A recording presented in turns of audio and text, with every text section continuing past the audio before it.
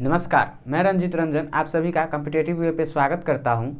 दोस्तों, जैसा कि आपको पता है कि अभी हम एक सीरीज़ लेकर आ रहे हैं जो अच्छा कॉन्सेप्ट है हर एक चैप्टर का, वो मैं लेकर आ रहा हूं। आज मैं कंपाउंड इंटरेस्ट का एक ऐसा कॉन्सेप्ट लेकर आया हूं जो हर एक एग्ज़ाम में पूछता है। वो कॉन्सेप्ट क्या है कि आपने सुना होगा कि T1 वर्षों में N1 गुनी हो जाती है तो T2 वर्षों में NT गुनी हो जाती है। जैसे कि क्या है वो कॉन्सेप्ट आप लिख लीजिएगा। कॉन्सेप्ट क्या है कि कहेगा कि कोई धन T1 वर्षों में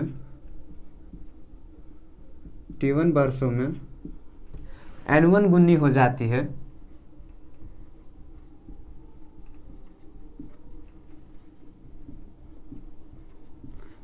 है तो या और T2 वर्षों में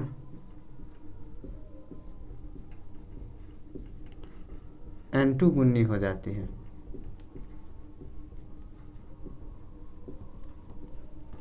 तो इसमें क्या होगा, जब कोई धन T1 वर्षों में N1 गुनी हो जाएगी और T2 वर्षों में N2 गुनी हो जाएगी, ऐसा दिया रहेगा आपको क्वेश्चन में। तो ये चारों नहीं दिया होगा, पहले यहाँ से एक फॉर्मूला आता है वो लिख लीजिए। तो क्या होगा, जब T1 वर्षों में N1 गुनी हो जाएगी और T2 वर्षों में N2 गुनी हो जाएगी तो क्या होगा। सो देखिए, यहाँ पर एक फॉर्मूला होता है क्या कि सबसे पहले अगर मान लेते हम N1 लेते हैं तो यहाँ पर T2 लेना होगा। यानी कि क्या करते हैं कि जब जो पहला गुना होता है ना वो लेंगे तो टाइम दूसरा वाला लेना होगा उसके पावर में, ठीक है। इसी प्रकार से यहाँ पर अगर N2 लेंगे तो यहाँ पर पावर में क्या होगा, T1 होगा जो दूसरा वाला का होगा, ठीक है दोस्तों। तो यहाँ से ये आपको याद रखना है। और इसमें क्या है, T1 बराबर T2 बराबर क्या है कि समय है, जो कहेगा ना कि इतना वर्षों में इतना गुना हो जाता है वो समय है। और N1 और N2 क्या है, ये गुनी है, यानी कहेगा ना कितना गुना धन हो गया, स्वयं का 5 गुना हो गया, या फिर जैसे कोई धन जैसे कि T2 वर्षों में M1 गुना हो गया, ऐसे करके कहेगा, ठीक है दोस्तों।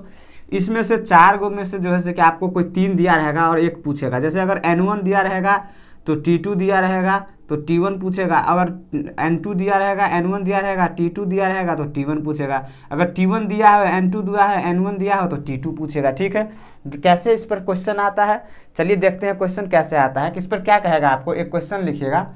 जैसे ये कहेगा कि कोई धन, क्वेश्चन लिखिए, कहेगा कोई धन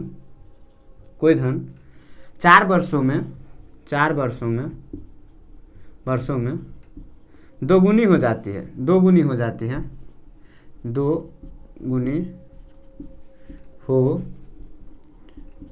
है तो कितने वर्षों में वो 8 गुनी हो जाएगी। यानी कि 8 गुनी होने के लिए उसको कितना टाइम लगेगा, तो कितने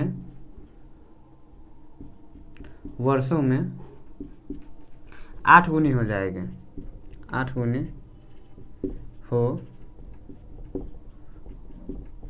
हो जाएगी, ठीक है।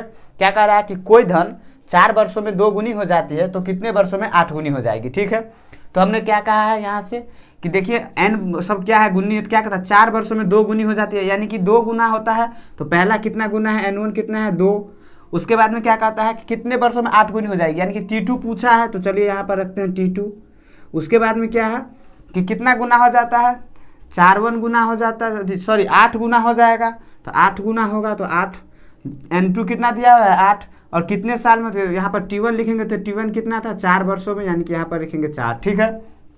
कैसे इसको लगाना है समझ में आ गया। कहता है कि 4 वर्षों में 2 गुना हो जाएगा, तो 2 गुना का मतलब N1 कितना है, 2 दिया हुआ है, और T1 कितना है, 4 दिया हुआ है। तो यहाँ से हम जो ये लगाए थे फॉर्मूला कि N1 के पावर T2 बराबर N2 का पावर T1, तो यहाँ से वही ले कि N1 कितना था, 2 गुना था, N बराबर क्या लिखे थे, गुनी, यानी कि 2 गुना था। T2 पूछ ही रहा है, फिर यहाँ पर N2 कितना है, कह रहा है कि 8 गुना कितना वर्षों में हो जाएगा, और T1 कितना था 4 वर्षों, तो 4 वर्ष दे दिए। अब यहाँ से क्या होगा दोस्तों कि देखिए 2 के पावर T2 है और यहाँ पर 8 है, तो इसको हम कैसे लिख सकते हैं, 2 के पावर 3, और पावर 4 में था ही, आपको पता है कि ये जब ऐसे रहता है तो गुना हो जाता है, तो कितना हो जाएगा 2 के पावर 2 बराबर 2 के पावर 12। और यहाँ से देखिए बेस सेम है तो पावर बराबर क्या हो जाएगा, पावर हो जाएगा, यानी कि T2 बराबर कितना हो जाएगा 12। तो यहाँ से क्या निकल के आ गया कि कह रहा था कि 4 वर्षों में 2 गुनी हो जाती है, तो कितने वर्षों में 8 गुनी हो जाएगी, तो कितना हो जाएगा 12, यानी कि 12 वर्षों में 12 साल में वह क्या होगा, ये धन 8 गुना हो जाएगा। ठीक है दोस्तों, आशा करते हैं आपको ये समझ में आ गया होगा। या फिर इसको एक ऐसे तरीके से भी निकालते हैं, कैसे देखिए यहाँ पर कि हम यहाँ से क्या कर सकते हैं कि क्या कह रहा था कि 2 गुना हो जाता है, तो 2 गुना होगा तो 2 के पावर 1 कितना साल में होता है, 4 साल में। अर्थात 2 के पावर 1 कितना हुआ, 2 ही हुआ, तो 2 गुना हुआ तो कितना 4 साल में हुआ है। अब कहता है कि 8 गुना हो जाए। 8 गुना का मतलब क्या है, हम इसको क्या लिख सकते हैं, 2 के पावर 3, तो 1 था पावर में तो 4 है, तो 3 है तो कितना हो जाएगा, ये भी इसका 3 गुना, तो इसका भी 3 गुना कर देंगे तो कितना होगा 12 साल। यहाँ से एक ऐसे भी आप निकाल सकते हैं कि कितना 12 साल में ये कितना हो जाएगा, 8 गुना हो जाएगा। ठीक है, या फिर एक ऐसे हम कैसे कह सकते हैं कि कोई धन 4 वर्षों में 2 गुना हो रहा है, यानी कि अगर पहले 1 था तो अभी 2 हो जाएगा, कितना साल में, 4 साल में। फिर अगले जो है कि 4 साल में वो कितना हो जाएगा, 2 से 4 हो जाएगा। फिर अगले 4 साल में कितना हो जाएगा, 4 से 8 हो जाएगा। इसका मतलब क्या है कि 4 और 4 8 और 4 12, यानी कि 12 साल उसको लगेगा कितना, टोटल 8 गुनी होने में। ठीक है, यहाँ से ये भी हम कह सकते थे, ऐसे भी बना सकते हैं। आशा करते हैं कि आपको ये क्वेश्चन समझ में आ गया होगा। ठीक है दोस्तों, देख लीजिए इसको पहले, या तो ये फॉर्मूला आप याद रखिए कि n1 के पावर t2 बराबर n2 के पावर t1। ठीक है, उस पर आप बना लीजिए। या फार्मूला आपको नहीं याद रहता तो आप ऐसे भी कर सकते हैं कि जैसे 2 गुना हो रहा था तो हम समझ गए 2 गुना है, तो यानी कि 2 के पावर 1 करेंगे तो 2 गुना आ जाएगा। वो कितना साल में है, 4 साल में। तो यहाँ पर 8 था तो 2 के पावर 3, तो कितना हो जाएगा, 12 साल में। ठीक है दोस्तों, या फिर उसको एक ऐसे भी कर सकते हैं कि कोई धन 2 गुना हो रहा है कितना में, 4 साल में, यानी कि पहले 1 था तो अब 2 होगा कितना, 4 साल में। इसका मतलब फिर अगले 2 साल 4 साल में कितना हो जाएगा, 2 से 4 हो जाएगा। फिर अगले 4 साल में 4 से कितना हो जाएगा, 8 हो जाएगा। यानी कि उसको 3 बार 4 साल के लिए 8 गुना होने में लगा है, तो कितना 4 8 और 4 12, यानी कि 12 साल में वो कितना हो जाएगा, 8 गुना हो जाएगा। ठीक है दोस्तों, आशा करते हैं आपको ये क्वेश्चन समझ में आ गया होगा। चलिए एक और क्वेश्चन लेते हैं। आइए दोस्तों अगला क्वेश्चन देखते हैं क्या कहता है। अगला क्वेश्चन क्या कह रहा है कि चक्रवृद्धि ब्याज पर लगाई गई कोई धनराशि 3 वर्षों में 2 गुना हो जाता है, तो उसे 32 गुना होने में कितना टाइम लगेगा। ठीक है, देखिए कह रहा है कि 3 वर्षों में 2 गुना हो जाता है, तो 32 गुना होने में उस धन को कितना समय लगेगा। ठीक है, पहला तो आप इसी पर बना सकते हैं। इस पर कैसे कि n1 की जगह जो है कि कितना दिया हुआ है, 2 गुना। ठीक है, t2 पूछ ही रहा है। उसके बाद में n2 कितना दिया है, कहता है कि 32 गुना हो जाएगा। कितना, t1 कितना टाइम था, 3 वर्षों में। यानी कि यहाँ से आपको क्या निकल के आ जाएगा, t2 बराबर 2 के पावर 5 होगा 32 और 3, तो यहाँ से 2 के पावर t2 बराबर क्या हो जाएगा, 2 के पावर 15, तो t2 बराबर कितना आ जाएगा, 15 साल। ठीक है दोस्तों, एक तो ऐसे आप बना लीजिएगा इस फॉर्मूला पे रख के। और हमने एक अभी क्या बताया था आपको कि 2 गुना हो रहा है, इसका मतलब 2 के पावर 1 कर देंगे तो 2 गुना हो जाएगा। 2 के पावर 1 कितना होगा, 2 होगा। और कितने साल में ये हो रहा है, यानी कि 3 साल में ये हो रहा है। अब कह रहा है कि 32 गुना होने में कितना टाइम लगता है। 32 गुना का मतलब कितना होता है दोस्त, 2 के पावर 5, तो 2 के पावर 5 का मतलब कि यहाँ पर देखिए 1 था तो 3 साल हुआ था, 5 है तो कितना हो जाएगा, इधर 5 गुना हुआ तो इधर भी 5 गुना, यानी कि कितना, 15 साल। यही इसका आंसर हो जाएगा। ठीक है दोस्तों, या फिर हम आपको कैसे बताए थे कि कोई धन 1 है मान के चलते हैं, तो उसको 2 गुना हो जाएगा। कितना समय लग रहा है 2 गुना होने में, 3 साल लग रहा है। फिर अगले 2 गुना होगा तो कितना, 4 हो जाएगा। कितना समय में, 3 साल में। इसी तरीके से वो होता जाएगा। 4 से 8 होगा, 8 से 16 होगा और 16 से 32 होगा। तो यानी हर एक 3 साल में यह कितना होगा, डबल होगा। तो यहाँ से भी आप देख सकते हैं 3 और 3 6, 6 3 9, 3 12 और 3 15, यानी कि 15 साल में ये धन 1 से कितना हो जाएगा, 32 गुना हो जाएगा। ठीक है, और यही पूछ रहा था। तो आशा करते हैं ये क्वेश्चन भी आपको समझ में आ गया होगा। ठीक है, क्या ये गुना वाला कॉन्सेप्ट पर 6 माही भी आ सकता है, 3 माही भी आ सकता है? जी हाँ, आ सकता है। चलिए हम देखते हैं। इससे अगला क्वेश्चन वही लेते हैं कि अगर ब्याज, ये सब तो जो है कि वर्षों में था, अगर ब्याज जो है कि 6 माही संयोजित होगा तो फिर क्या ये गुना वाला कॉन्सेप्ट लगेगा? जी बिल्कुल लगेगा। आइए देखते हैं, अगला क्वेश्चन लेते हैं। आइए दोस्तों देखते हैं अगला क्वेश्चन क्या कहता है। अगला क्वेश्चन क्या कह रहा है कि अगर कोई धन 2 साल में अर्धवार्षिक संयोजित हो तो 16 गुना हो जाता है। ठीक है, कितने साल में, 2 साल में अगर अर्धवार्षिक संयोजित हो तो 27 गुना होने में कितना समय लगेगा यदि वह वर्ष में 1 बार संयोजित हो। ठीक है दोस्तों, देख लीजिए क्वेश्चन क्या कह रहा है कि 2 साल में अर्धवार्षिक संयोजित होता है तो कितना लग रहा है, 16 गुना हो जा रहा है। तो 27 गुना होने में उसको कितना टाइम लगेगा अगर वो 1 बार में संयोजित हो। तो आइए बनाइए इसको, देखिए कैसे बनाते हैं। देखिए कोई धन 2 साल में अर्धवार्षिक, अर्धवार्षिक संयोजित होता है तो क्या होता है, टाइम इंटरवल डबल हो जाता है, क्योंकि जो ब्याज हमें 1 साल में देना होता है अगर वो अर्धवार्षिक लगाना चालू कर देता है तो हमें 6 महीने पर ही देने पड़ते हैं। तो क्या कहता है 2 साल है तो 2 साल है तो 6 महीने पर कितना 4 इंटरवल होंगे, 4 इंटरवल होंगे, यानी कि यहाँ पर से वो एक इंटरवल यहाँ होगा, दूसरा यहाँ होगा, तीसरा यहाँ होगा और चौथा यहाँ होगा। ठीक है, उसके बाद में क्या कहा वो 16 गुना हो जा रहा है, यानी कि कोई धन 1 रहा होगा यहाँ पर तो 6 महीने का 4 इंटरवल हो जाएगा, 2 साल में हो जाएगा कि नहीं हो जाएगा।